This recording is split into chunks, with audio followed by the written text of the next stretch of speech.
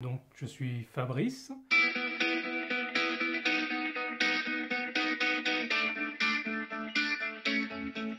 Je suis, je pense, quelqu'un de simple, de naturel, et je suis sophrologue à Metz. Souvent, on me décrit souvent comme quelqu'un de plutôt calme, posé, la limite de la bonhomie. Euh, mais effectivement, je suis pas inquiet. Ouais. J'ai confiance, une confiance raisonnable en moi. Hum, Pas parce que j'ai plus de qualité qu'un autre, mais c'est juste que je sais que si ça doit être compliqué, je rebondirai une nouvelle fois, et puis voilà. Je dirais que je suis quelqu'un de passionné, passionné par son travail. Ce qui fait que je suis à l'aise dans mes baskets aujourd'hui, en fait, c'est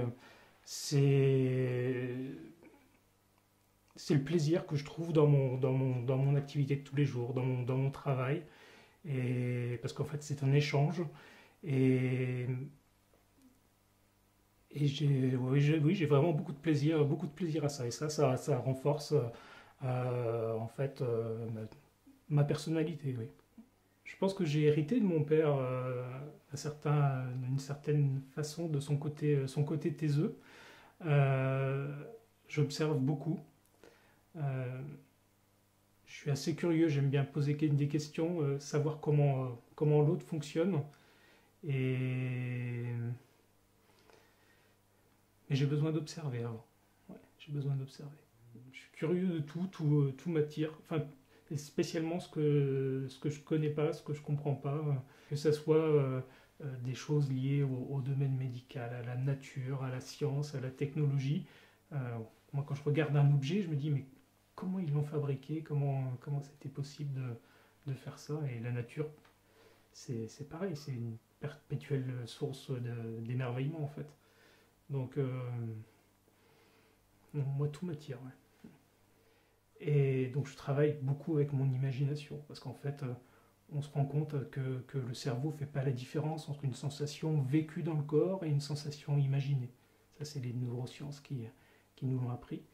Et les neurosciences, justement, ça, c'est un domaine qui me passionne. Si j'avais pu être médecin et aller sur ce champ-là, je pense que ça m'aurait passionné.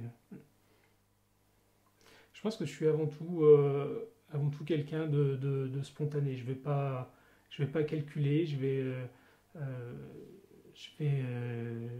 je vais écouter mon cœur et je vais y aller ou je vais décider de ne pas y aller. Et puis, enfin, tout simplement parce que voilà, j'ai plutôt confiance. Je sais que quoi qu'il se passe, ça sera soit une bonne nouvelle, soit l'occasion d'apprendre. Donc, j'ai pas d'angoisse par rapport à ça.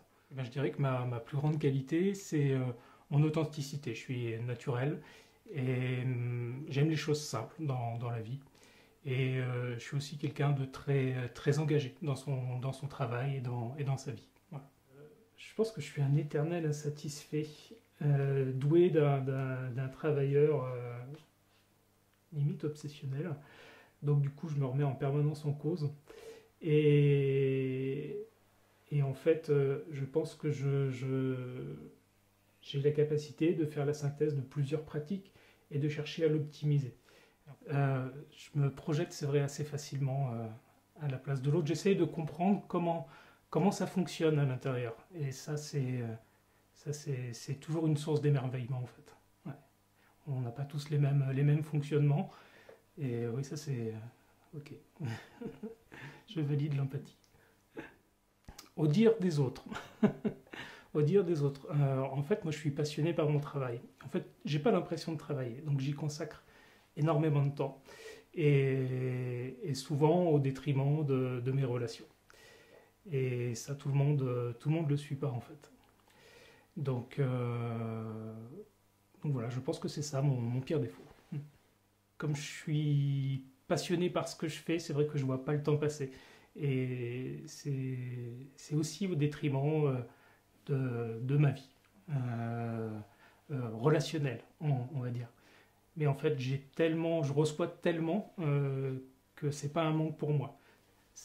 Par contre, ça peut être vécu comme tel par mon entourage. Ouais. Mes enfants, mes enfants, leurs valeurs, et puis ensuite la satisfaction de mes clients. Ça, c'est aussi quelque chose qui me procure beaucoup, beaucoup de joie. On a plein de petits bonheurs tout au long de la journée. Et le fait de s'en rendre compte, en fait, ça nous fait énormément de bien. Donc, effectivement, dans tout un tas de situations du quotidien, j'aime bien activer un ancrage en moi pour capturer ces moments-là et les utiliser plus tard. Et ça peut être, par exemple, arriver devant le port et là, le soleil qui passe, quand je passe de la rue à l'ombre, j'arrive au soleil, je ressens ça et ça, c'est un bonheur. Voir un animal passer, c'est un bonheur. Un moment avec mes enfants, c'est un bonheur. Des petits bonheurs du quotidien, il y en a beaucoup. Et c'est justement quelque chose que je travaille beaucoup. Et ça m'a beaucoup aidé quand j'étais en difficulté plus jeune. Ouais. Je dirais que c'est l'individualisme de la société. Le fait que si on n'est pas comme tout le monde, si on n'est pas dans le rang, euh, on peut être mis de côté.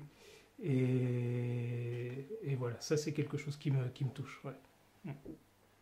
Bah, comme tout le monde, quand on perd des proches, on est forcément touché. Euh, on sait que c'est inéluctable.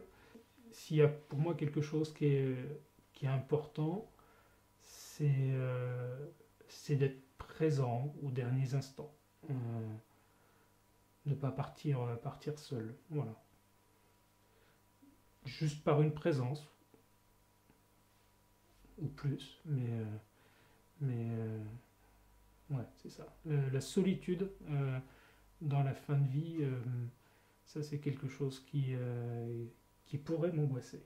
Les moments de souffrance, en dehors des problématiques de santé, on va dire, de mes parents, ça a été, si je dois parler d'un seul cas, c'est quand il a fallu prendre une décision vis-à-vis de la séparation, de ma séparation avec mon ex-femme.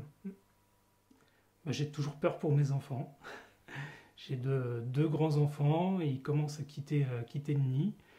J'ai confiance en eux, mais bon, oui, je suis toujours inquiet pour eux. Ouais. Ouais. Ils ont trouvé leur place dans la société, mais cette société, elle est quand même dure. Elle est quand même dure avec tout le monde.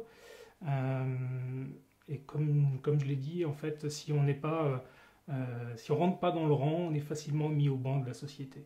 Et ça me fait peur. Et moi, je veux qu'ils aient vraiment et qu'ils continuent à développer leur propre personnalité. Ce qui met en colère l'injustice. L'injustice et l'indifférence. Être indifférent à des situations compliquées. J'ai l'image qui me vient en tête, qui est déjà passée plusieurs fois sur la télévision. On voit des gens circulant, enfin, marchant en ville et passer comme s'ils ne l'avaient pas vu à côté de personnes sans domicile, de personnes vivant. Enfin voilà, ça me met en colère. Ouais. Ah ouais. C'est compliqué, évidemment, ces situations sont compliquées, même pour celui qui croise leur chemin. Mais détourner le regard, je trouve que c'est terrible. Alors, je ne sais pas si c'est vraiment un regret, mais il y a déjà quelques temps de ça, je me suis séparé de la maman de mes enfants. Et même si ça s'est bien passé, même si mes enfants aujourd'hui sont des enfants épanouis, enfin je pense, avec de belles valeurs, il ne se passe pas un jour où je me pose la question, est-ce que j'ai bien fait? Parce que Donc enfin, d'un commun accord, la garde a été confiée à leur maman. Et est-ce que c'était le bon choix? Je ne le sais pas, je le saurai peut-être jamais. On en parle un petit peu, mais ça c'est quelque chose qui me revient tous les jours. Ouais. Ouais. Je pense que ça va encore me suivre quelque temps. Ça préjuge pas du tout des qualités de la maman et de ses défauts, tout comme les miens. Mais est-ce que c'était le bon choix? Est-ce qu'il y a un bon choix déjà? C'est toujours compliqué. Ouais. Force physique, alors là, ça me parle pas trop.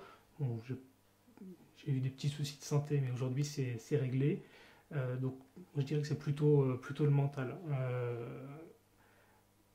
Voilà, j'ai grandi justement avec cette opportunité voilà, on m'a laissé faire mes choix, on m'a soutenu, donc j'ai fait pas mal de choses et j'ai fait mes propres erreurs, mais ça m'a forgé. Et même si j'aime pas le terme erreur, je parle plus d'expérience que d'erreur en fait. Et donc je me mets pas forcément de limites. Et je suis plutôt au contraire curieux de ce que je connais pas pour le découvrir. Et donc je vais y aller. Et après, c'est peut-être un de mes travers, c'est que quand je vais sur quelque chose, je me donne toujours à 100%, des fois au détriment de pas mal d'autres choses, du reste. Mais donc du coup, je pense que c'est plutôt mon mental. L'échec me fait pas peur parce qu'en fait, je le vis pas comme un échec. C'est l'occasion soit de tourner une page ou de rebondir et de se dire, ben voilà, ça me correspond pas, au moins j'ai appris ça. Voilà. Faiblesse physique, j'ai fait énormément de sport quand j'étais plus jeune. Euh, et j'aimerais bien trouver le temps de m'y remettre. Aujourd'hui, je manque juste de temps, je pense que comme beaucoup de gens. Euh, donc voilà pour le côté physique. Faiblesse psychologique. En fait, moi, je fais confiance très, très naturellement. Alors, des fois, on peut être déçu. Bon, bah, là aussi, ça s'appelle l'apprentissage. Et puis, sinon, je suis euh, peut-être au-delà de l'empathie, des fois un peu éponge aussi. Donc, les situations que je rencontre, elles me touchent. Et professionnellement, j'ai aussi besoin de prendre un peu de recul, d'avoir ces temps d'introspection pour travailler sur moi. Et je me fais aussi superviser parce que c'est important. Alors, quand ça m'arrive, euh, quand ça m'arrive, bah, du coup, c'est forcément un temps avec mes enfants. Ça m'arrive d'avoir quelques temps en solo, mais c'est du temps partagé avec mes enfants. Comme j'ai dit, j'ai pas eu la garde de mes enfants, donc redécouvrir en fait les activités sportives, des jeux de société, des choses comme ça, ça c'est génial. Ouais. Ce qui me passionne en fait, c'est l'autre, c'est me dire comment ça marche. Comment ça marche dans sa tête? Qu'est-ce qui fait qu'aujourd'hui il en est là, ou qu'il pense ça, ou qu'il vit ça, qu'il ressent ça? Et en fait, c'est un champ tellement, tellement large que on pourrait y passer, enfin une vie n'y suffira pas. Donc ça, c'est quelque chose ouais, qui est très important pour moi. Et donc au-delà de ça, c'est mon activité, parce qu'en fait, euh, je donne, mais je pense que je reçois beaucoup plus que ce que je donne. Et ça me fait du bien pour moi déjà. Et si je suis pas médecin, je sauve pas des vies, mais si je peux rendre quelques vies plus douces, en fait, je me dis que voilà, j'aurais pas perdu mon temps. Et les retours, en fait, que j'en ai, ça me fait énormément de bien. Ouais, ouais, je pense que je fais avant tout ça pour ça. Ouais, oui, je suis sophrologue et praticien en hypnose. Et en fait, je travaille uniquement sur la douleur. Donc j'aide les gens à gérer leur douleur en autonomie.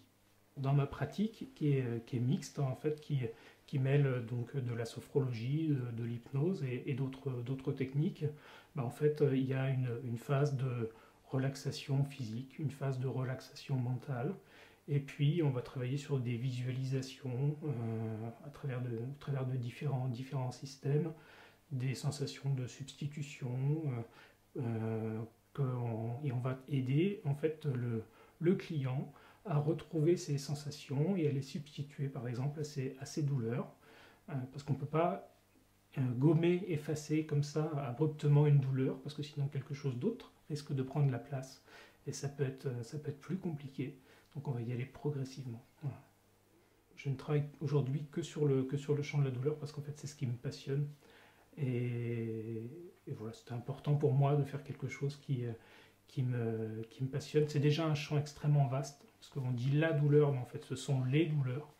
Il y a des douleurs physiques vécues dans le corps, il y a des douleurs d'origine psychologique, il y a le relationnel, notre histoire, le sens qu'on donne à la douleur, bref, tout ça c'est très vaste, donc on travaille sur toutes ces composantes. Et voilà, c'est vraiment ça que j'aime faire. Ouais. Ben, la franchise, oui, très clairement. Bon, des personnes qui sont trop superficielles et qui ne disent pas ce qu'elles pensent. La parole. La parole, l'engagement. Ça, c'est sûr. Euh, Moi, je marche effectivement à, à l'intuition, à la confiance.